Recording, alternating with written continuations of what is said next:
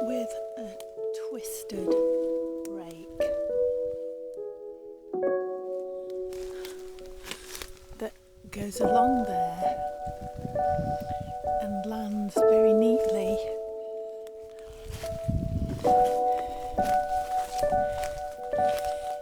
in that. So this one is growing from down there,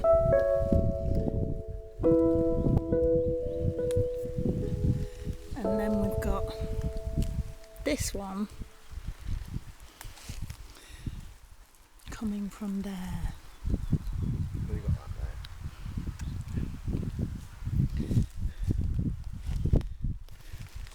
Then we've got that little thing that Rob's just shown us, plus this Y stick, of course, leaning across here, and that isn't in the ground, so that didn't grow there. This tree is growing. So it was this initial shape here that first made us stop and look at this. And then behind it, of course, we've got a great big arch. The edge of the wood is here, so we've just walked in kind of up the side of this wood. I can see the car over there, but Rob's just seen this. First he noticed this bit of blue string, which is not tied to the tree, it's just kind of caught up on the tree, but it made him stop and think, because next to it is one Y stick and then another Y stick resting in Y sticks, which I suppose they would do if they'd fallen out of the tree, because that would be possibly what they caught on. But it just looks odd that they're facing the same way at a similar angle, yeah, and they're by this blue string and they're by the edge again. And it always seems like we find things that are more interesting by the edge. Then we've also got this leaning up into here, just a small tree that's been pushed over. And then as you come into this bit, I just found a break. Now that's the part of the tree that was growing still. This part of the tree is the part of the tree that had died. So maybe this broke just because the tree was dying. But I don't know, it's funny how it's broken and it's sort of bent over that two other young trees there, and it's kind of formed like an arch. Now as we've come across from that bit that we've just filmed, we've found another break there which is pointing in that direction, and then as Rob was scouting ahead, I spotted this, which is another break there, and that looks quite new, and that's also facing in that direction. So I think we need to go over there and have a look. Now this break here is being held down by this tree, and this tree looks old and dead and dying, so maybe this tree just fell over and took that little one with it. We've followed what we think could possibly be sign, and we've come to this, which is interesting. So there's a big Y fork, but underneath it is this long straight one. So, and then there's another long straight one in there. Let me climb under here and show you. There, look, so that makes like a cross in there. We find this quite interesting. So it looks like this might be, can you see, kind of slightly a game trail from the edge of the wood. But we find it interesting that we've got this and this. Now, deer and hogs, wild boar, don't do that. So this has got to be, I suppose, the hunters.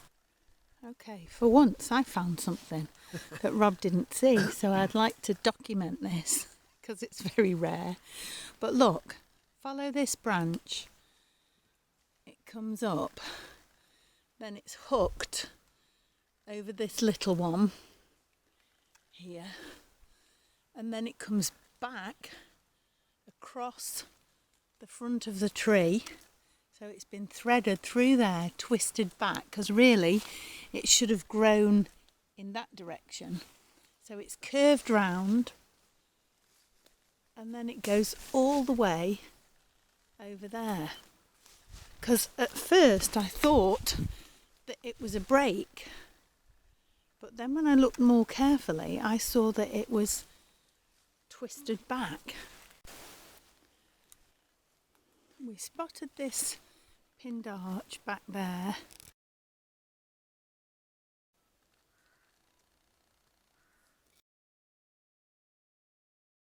And then in front of it we spotted this, which is a little young sapling that's held down by this chunk of branch.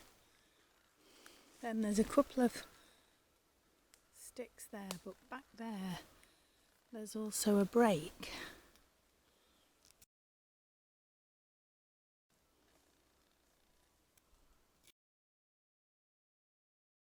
We wondered if that was anything significant. It's funny how we seem to get little flurries of possible structure or sign.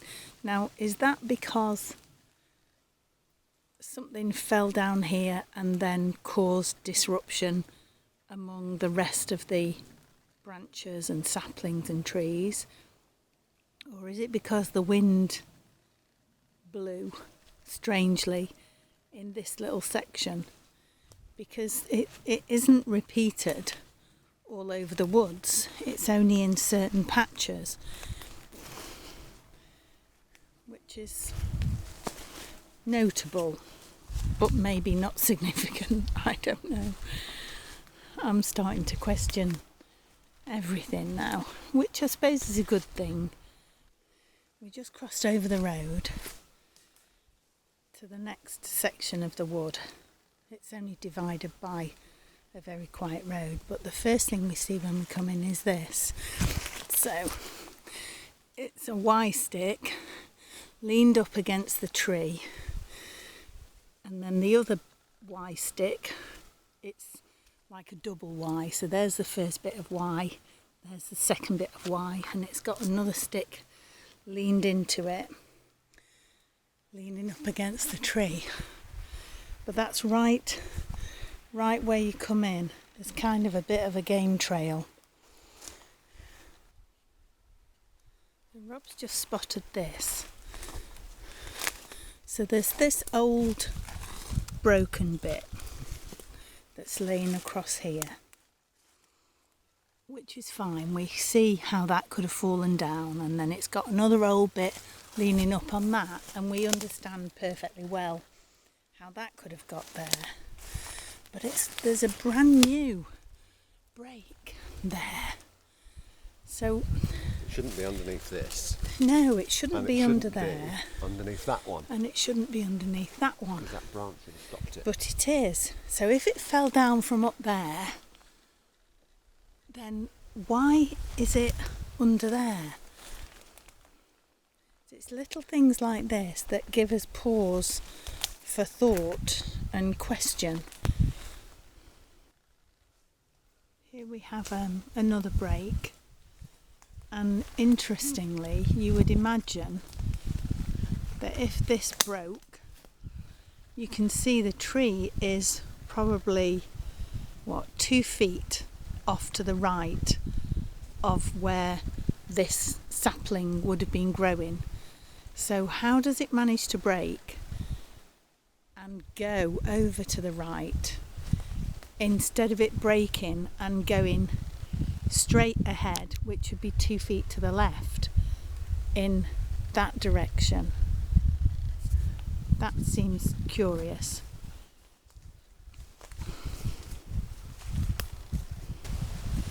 Here's another one of those, what we're calling a double Y stick. There's the Y stick. Now one of the things goes above the tree and the other arm goes under the tree.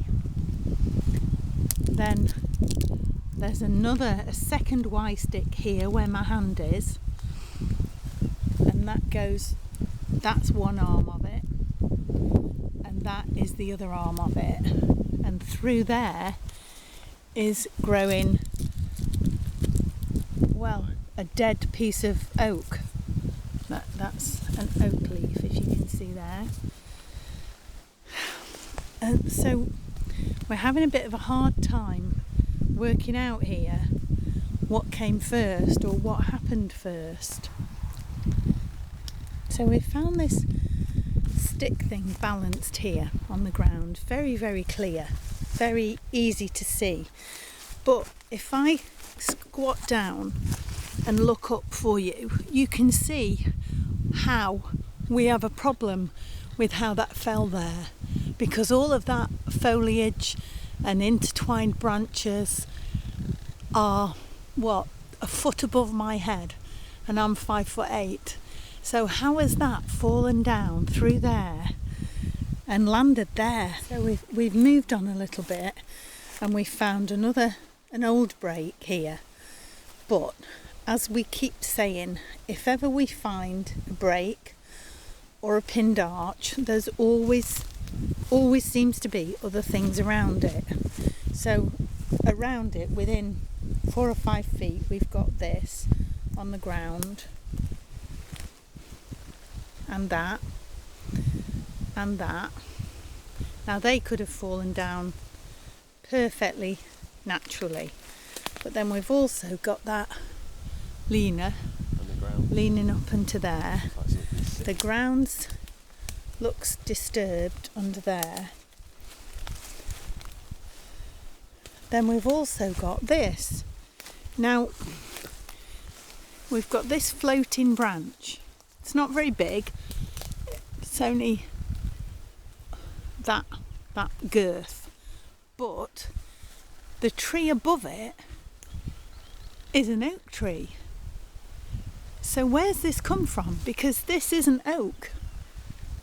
This is that sort of that very breakable, possibly sort of willowy kind of stuff. You see how it grows like that, and then I think they coppice it, and it snaps really easily. But that must have fallen downwards. So if it's fallen downwards, where's it fallen from? Because it's thinner in girth than this, so that wasn't part of it. That other bit of it is still growing all the way up there. So I'm having a bit of a dilemma of how that ended up floating in there when it's not a branch of an oak tree, as it should be if it's fallen down. I found her talk absolutely fascinating. Really, really enjoyed listening to her, and she had such a massive knowledge. It's well worth listening to it. I'll try and remember to put a link on so that you can link to it. I think it was Brent Dill that put the link on Facebook. He was interviewed by them, the same guy, the week before, and that was also fascinating because he was talking about that Bigfoot tree, a lady called Laurie in America, and a supposed Bigfoot tree that makes noises, and that was utterly fascinating as well. We've come to the edge of this wood now. We've walked across it. The car's behind me, I don't know, about half a mile maybe, and right on the edge again is one of these. Now that didn't grow there, and that didn't grow there, but having said that, we can see along this edge there's a lot of fallen trees and we can feel the wind. So this field here must face probably east, and that's why there are these fallen trees along this edge. So that could have just been, an accident of trees falling. This break is quite interesting because there's nothing that's fallen on it. There's nothing lying on it. There's nothing that we can see that's made it fall down. We're just coming out now to go back to the car, which is just there.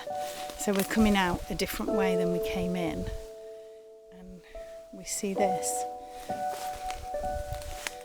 on the ground, which looks like an arrow pointing towards me. And this is the way that we've just been walking.